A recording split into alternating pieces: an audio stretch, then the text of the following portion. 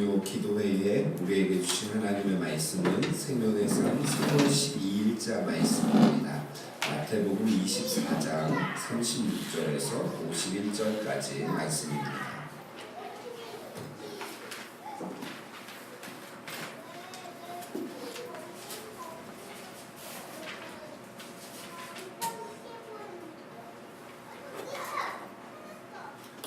생명의상 3월 12일자 말씀 마태복음 24장 36절에서 51절까지 말씀입니다. 저와 여러분이 한 절씩 교독하시겠습니다. 그러나 그날과 그때는 아무도 모르나니 하늘의 천사들도 아들도 모르고 오직 아버지만 아시느니라.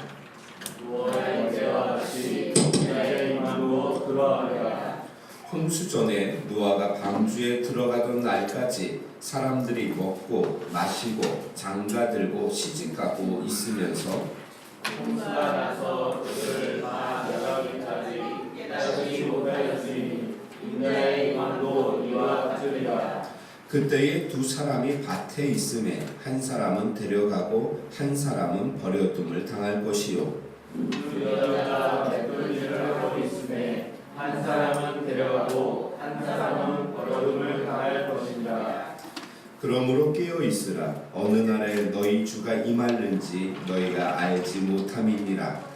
너희도 아니하니 만일 집주인이 도둑이 어느 시각에 올 줄을 알았더라면 깨어 있어 그 집을 뚫지 못하게 하였으리라. 이러므로 너희도 준비하고 있으라. 생각하지 않은 때에 인자가 오리라. 충성되고 지혜 있는 종이 되어 주인에게 그 집 사람들을 맡아 데려다 양식을 나눠줄 자가 누구냐. 주인이 올 때에 그 종이 이렇게 하는 것을 보면 그 종이 복이 있으리로다. 내가 진실로 너희에게 이르노니 주인이 그의 모든 소리를 그에게 맡기리라. 만일 그 악한 종이 마음에 생각하기를 주인이 더디 오리라 하여 동료들을 이용하여 술친구들과 더불어 먹고 마시게 되며 생각하지 않은 날 알지 못하는 시각에 그 종의 주인이 이르러 어머니 때리고 외식하는 자가 받는 것을 좋아하시니 거기서 슬피 울며 이를 받으리라. 아멘. 지난 주일 말씀처럼 세계관이라는 것은 세상을 바라보는 눈을 이야기합니다. 세상을 어떻게 볼 것인가. 지난 한 주 동안 역사적인 사건이 있었습니다. 이세돌 구단과 그리고 누구죠? 알파고. 우리 박유한 집사님하고 식사하면서 뉴스를 잠깐 보고 있는데 어떤 사람이 이세돌하고 대국을 벌이는데 하루에 3만 번 연습을 했다라는 소리를 듣고 저는 걔가 컴퓨터인 줄을 모르고 어떻게 사람이 3만 번을 하루에 연습할 수 있나 라고 생각했는데 보니까 구글에서 만든 슈퍼컴퓨터였습니다. 컴퓨터와 인간의 대결은요 지금 이번만 있었던 것이 아니라 컴퓨터가 등장하면서부터 계속 있었습니다. 1970년도에도 있었고요. 그러면서 이것이 이번에 대국이 역사적인 사건인 것은 인공지능이라는 것이죠. 그래서 스스로 생각하는 겁니다. 스스로 판단하고 엄청난 것이죠. 그러니까 여러분 공상과학 영화에서 이제 예전에 봤던 영화들에서 인간이 컴퓨터한테 쫓겨다니고 막 컴퓨터에게 지배당하고 이러할 날이 잘못하면 얼마 있지 않아 오게 되어진다는 그것을 예고하는 그러한 대국입니다. 사람들은 그렇게 생각했습니다. 컴퓨터가 이길 수가 없다. 이세돌이 5대 0으로 이길 것이다. 그런데 인공지능을 연구하는 사람들은요 이미 그 이야기를 듣자마자 이세돌은 안 된다. 5대 0으로 패할 것이다. 이렇게 이야기를 했습니다. 뉴스에서도 우리가 뉴스를 볼 때 이세돌이 당연히 이길 것이다 라고 했는데 그래서 저도 관심을 가지고 그 대국 결과를 보았더니 아니나 다를까 처참하게 패했죠. 어제도 패했습니다. 뭐 내일도 할 텐데 저는 가도 그리고 거기서 이겼다고 할지라도 그것은 그다지 의미가 없는 것이다 라는 생각을 하게 되어집니다. 시대가 너무 빠르게 변하고 있습니다. 우리가 이 시대를 정신 차리지 않고 시대를 보는 눈을 갖지 못하면 눈 깜짝할 사이에 시대는 너무도 변해버리고 우리는 너무도 퇴보되어져 있는 그러한 시대를 살아가고 있는 것이죠. 시대가 그렇게 변할수록 변하지 않은 진리가 있는데 그것은 하나님의 말씀입니다. 그리고 그 진리의 말씀은 우리의 삶을 인도할 줄로 믿습니다.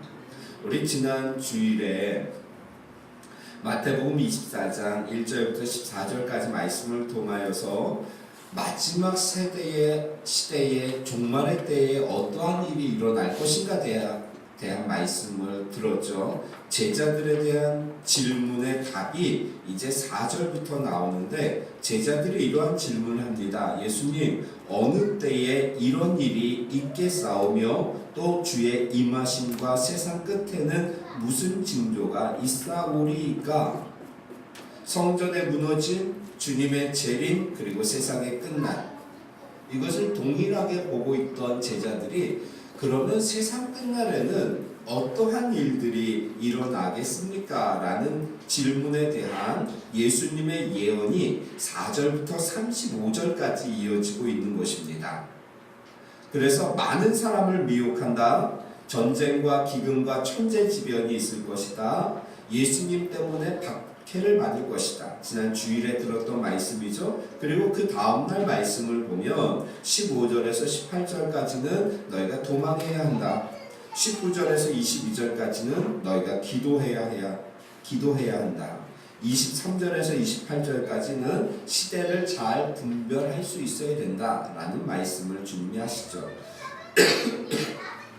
그러면서 예수님이 재림하실 것이다 라고 분명하게 말씀하시면서 29절부터 30절까지는 큰 능력과 큰 영광으로 오실 것이고 31절에 그 예수님이 오실 때 택하신 자들을 모으실 것이고 그리고 32절부터 38절, 35절까지는 재림은 반드시 이루어진다 라는 것을 말씀합니다. 우리가 한 주 동안 묵상했던 내용이죠. 그러면서 여러분 36절 우리 이제 토요일자 말씀 보면 같이 읽겠습니다. 36절입니다. 시작. 그러나 그 날과 그 때는 아무도 모르나니 하늘의 천사들도 아들도 모르고 오직 아버지만 아시느니라. 아멘. 자, 예수님이 말씀하셨습니다. 언제 재림이 일어나고 언제 세상 종말이 임할지는 하늘의 천사도 모르고 예수님도 모르신다. 오직 하늘에 계신 하나님 아버지만 알고 계시다 라고 말씀하셨습니다. 사랑하는 성도 여러분, 이 말씀을 잘 기억하시고 시대를 분별할 수 있기를 주의 이름으로 축원합니다. 이 말씀을 믿음으로 받으시고 세상에 미혹되지 마시기를 주의 이름으로 축원합니다. 그러니까 누가 언제 예수님이 오신다라고 예언을 한다고 하면 그것은 이단이나 사입이라는 것이죠. 그것은 적당하지 않은, 적합하지 않은 그러한 예언이라는 것입니다. 여러분 혹시나 뭐 그럴 리는 없겠지만 제가 말씀을 깊이 연구하다 성경을 많이 읽다 보니까 예수님이 언제 임하실지 알게 됐다. 아니면 예수님이 어제 저에게 가르쳐 주셨다. 바로 내일이다. 이렇게 설교를 하고 이렇게 성도님들에게 선포를 한다 그러면 여러분 100% 이단이나 사이비로 보시면 됩니다. 뭔가 문제가 있구나, 이상하구나, 잘못돼도 한참 잘못됐구나 이렇게 생각하시면 됩니다. 그리고 날과 때를 이야기하지 않지만 은근히 이야기하는, 제가 어릴 때 고등학교 때죠. 부흥회를 1년에 2번 했는데 부흥회 오신 성함 말씀드릴 수 없고 돌아가신 분인데 정 목사님이라는 분이 그런 말씀하셨습니다. 예수님이 곧 오시는데 우리 때 오실 수도 있고 우리 자녀 때에는 반드시 오신다. 이렇게 설교를 하셨습니다. 그 자녀 때도 다 지나갑니다. 이제 제가 그 자녀 때거든요. 그러니까 그분도 이게 다르지 않은 것이죠.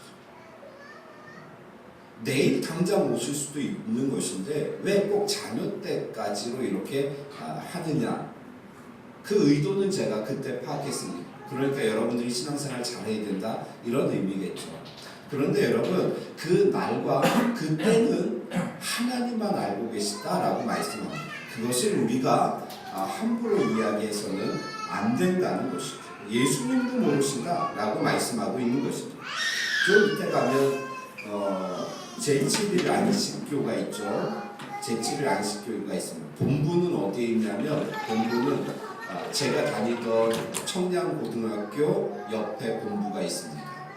제7일 안식교 본부 교회도 거기에 있고요. 안식교가 왜 이단이 되었는지는 말씀을 드렸죠. 예수님의 재림을 예언한 겁니다.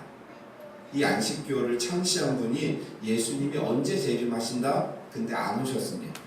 또 다시 예언했습니다. 근데 또 안 오셨습니다. 또 다시 예언했습니다. 또 안 오셨습니다. 그랬더니 예수님이 지금 오셨는데 인간 세상을 보니까 너무 죄인들이 많아서 기다리고 계신다. 어디에서? 구름 위에서. 그래서 구름 타고 오실 예수님 그리고 다시 오실 예수 그리스도. 그게 우리가 말하는 재림이 아니라 오셨는데 다시 오신다는 것이죠. 그 재림을. 그래서 안식교에서는 부흥회를 할 때마다 주제가 다시 오실 예수 그리스도입니다. 그러니까 오셨는데 아직 인간이 죄가 많아서 기다리고 계시다가 거기서 다시 오실 것이다. 이것이 제7일 안식교의 교리고 그로 인하여서 이단으로 정죄되어진 것이죠. 여러분 재림의 때는 하나님만 아십니다. 이것을 예언하는 자 또 예언하여서 현혹시키는 자 모두 잘못되어진 것이죠.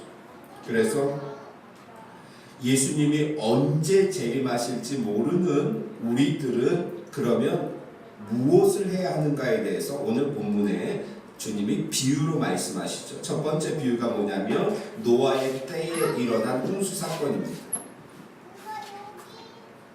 이 종말의 시대에 우리는 무엇을 해야 될 것인가? 주님이 그것을 교훈하시기 위해서 노아 시대의 홍수 사건을 예로 드십니다. 또 하나 40절에서 41절까지 말씀을 보면 두 사람 중에 한 명은 데려가고 한 명은 버려질 것이다 라는 것을 말씀하시고요. 또 그 다음에 도둑 비유를 드십니다. 그리고 종의 비유를 드십니다. 이 모든 비유의 핵심이 몇 절에 있을까요? 오늘 36절에서 51절까지 말씀을 이렇게 쭉 읽으면서 오늘 본문의 핵심이 몇 절에 있을까요?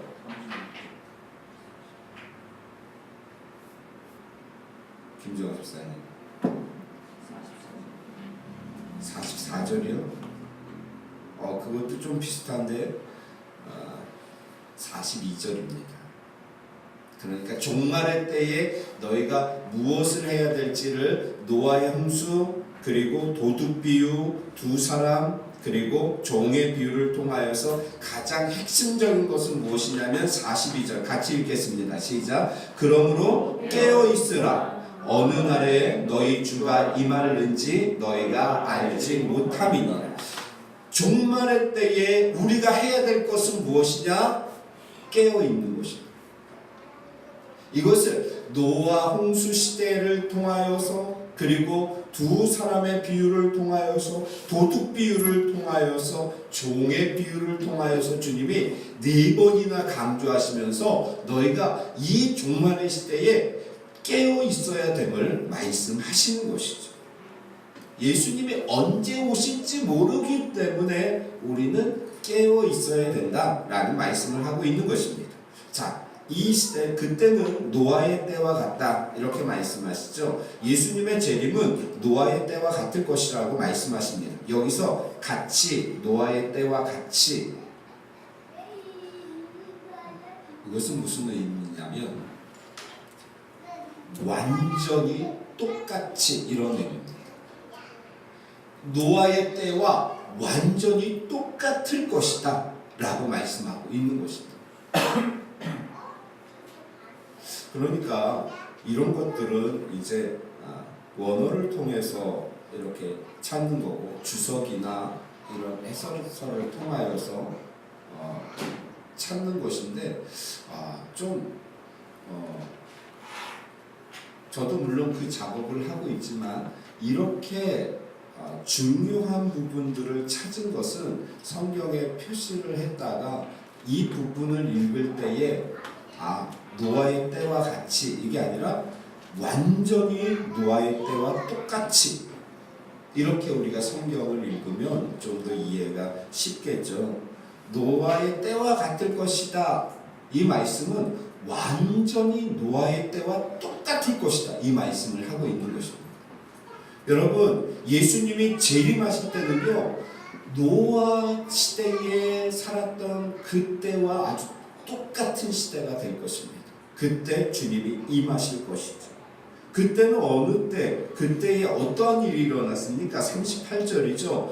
홍수전에 노아가 방주에 들어가던 날까지, 이거는 홍수가 나기 전 사람들은 노아가 방주에 들어가던 그 날까지도 계속해서 이런 의미죠.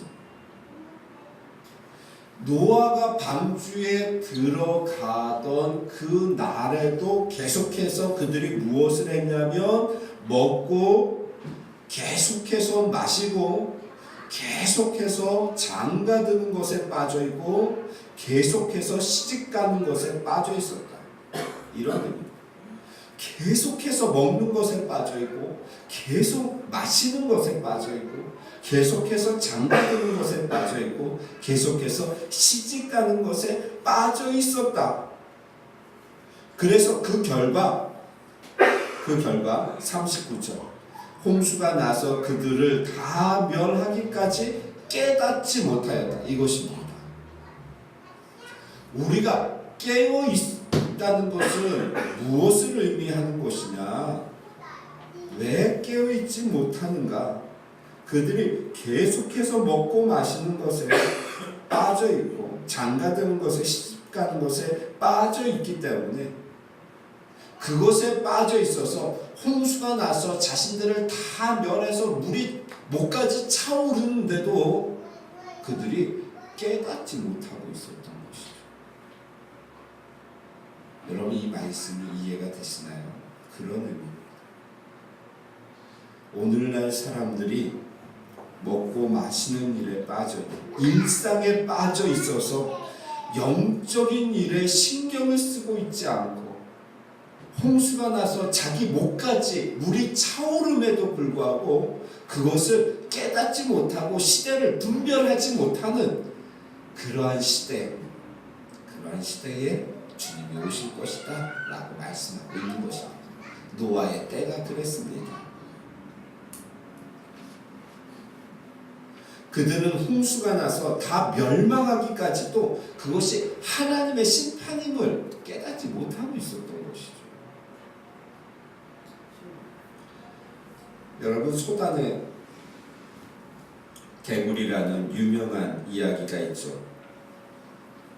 개구리를 삶을 때에 끓는 물에 개구리를 이렇게 집어넣으면 이 아이가 놀래서 펄쩍 뛰어서 나갑니다. 그렇죠? 물을 차고 나가죠.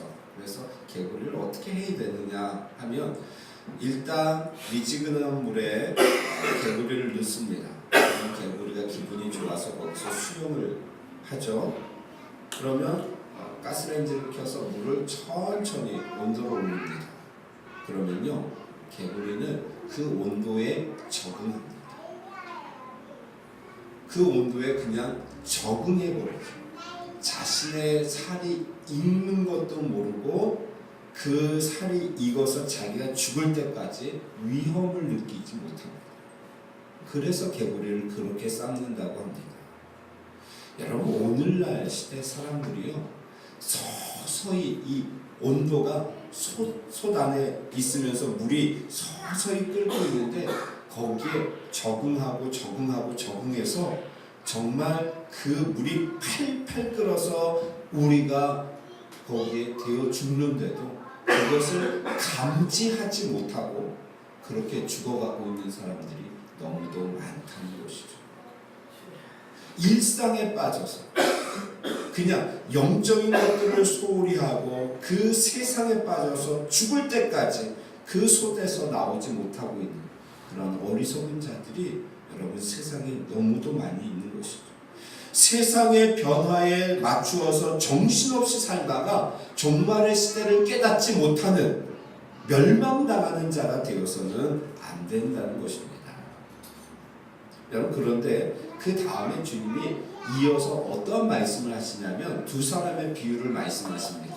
두 사람이 밭에서 밭을 갈다가 한 사람은 데려감을 당하고 한 사람은 버려짐을 당할 것이다.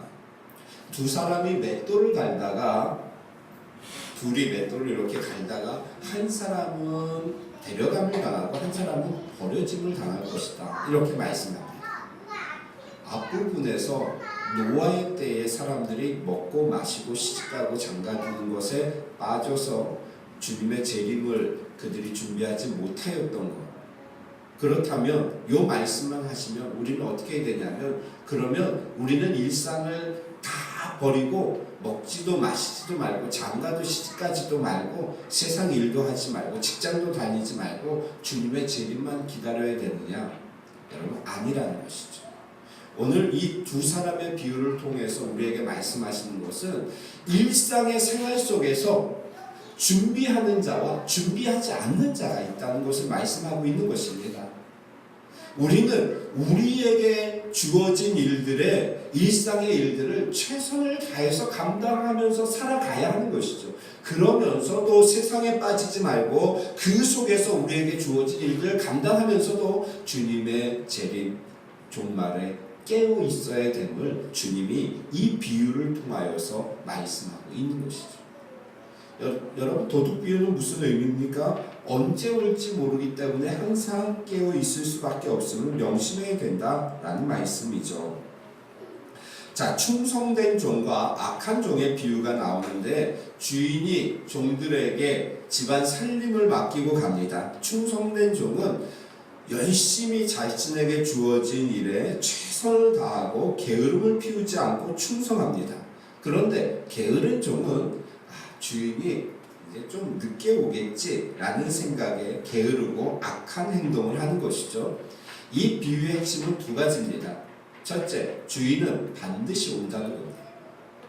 둘째, 주인이 와서 그 주인은 종들을 심판한다는 것이죠. 이 비유의 두 가지 핵심, 우리가 이 비유를 읽을 때는 항상 두 가지를 기억하셔야 됩니다. 주인은 반드시 온다, 그리고 와서는 심판한다. 충성된 종에게는 그에 따른 보상을 할 것이고 악한 종에게는 벌을 내릴 것이다. 우리가 깨어 있어야 합니다, 여러분. 시대를 잘 분별해야 합니다. 깨닫지 못해서는 안 되죠. 일상생활에 빠져 있어서도 안 되는데 우리는 우리에게 주어진 일에 최선을 다해야 합니다. 주님의 재림을 준비한다는 것은 주님의 재림을 소망하면서 지금 내게 주어진 일들을 최선을 다하여 감당하는 것을 의미합니다. 주님이 맡기신 사명에 충성한다는 것을 의미하죠. 자, 그래서 마지막으로 우리가 살펴볼 말씀은 46절 말씀입니다. 46절 같이 읽을까요? 46절입니다. 시작. 주인이 올 때에 그 종이 하는 것을 보면 그 종이 아멘. 자, 우리나라 성경은 복이 있으리로다 이건 언제 복이 있다는 겁니까? 복이 언제 있다는 것이죠? 미래형 같이 표현이 되었죠. 앞으로 복이 있을 것이다. 그런데 헬라어 원문으로 보면 동사 있다가 생략되어서 그렇습니다. 그러니까 그 종이 복이 있으리로다. 이것의 더 정확한 의미는 그 종이 복이 있다 이런 의미입니다. 미래의 복이 있는 것이 아니라 현재의 복이 있는 것이죠.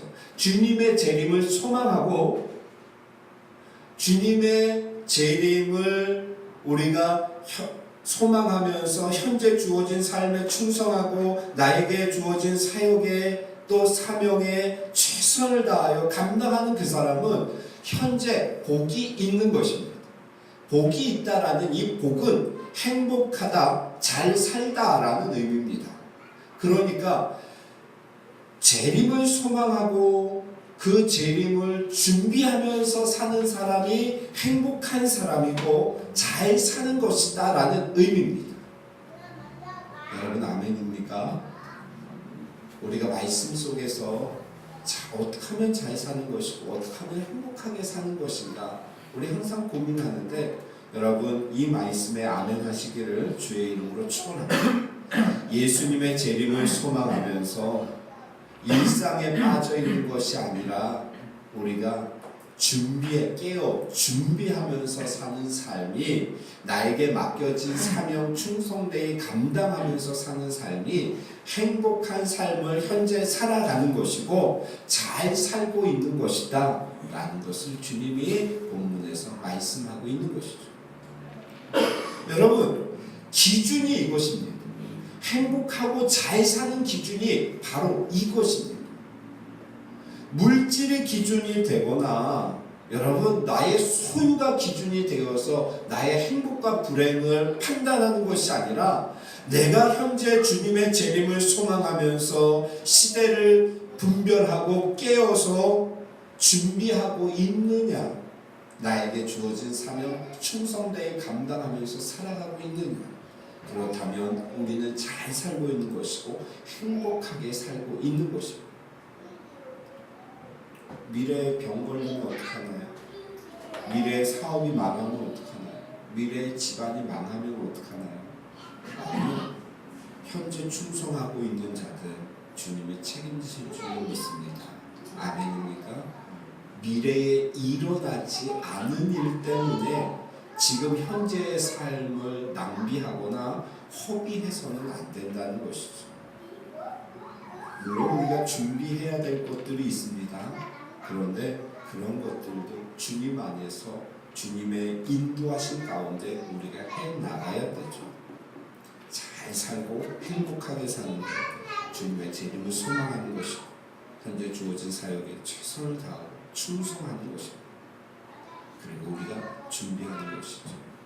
이러한 삶을 사는 말씀 안에서 진리를 발견하고 그 진리 안에서 나의 삶의 방향을 정하는 우리 미래소망교회 성도님들 되시기를 주의 이름으로 축원합니다. 기도하겠습니다.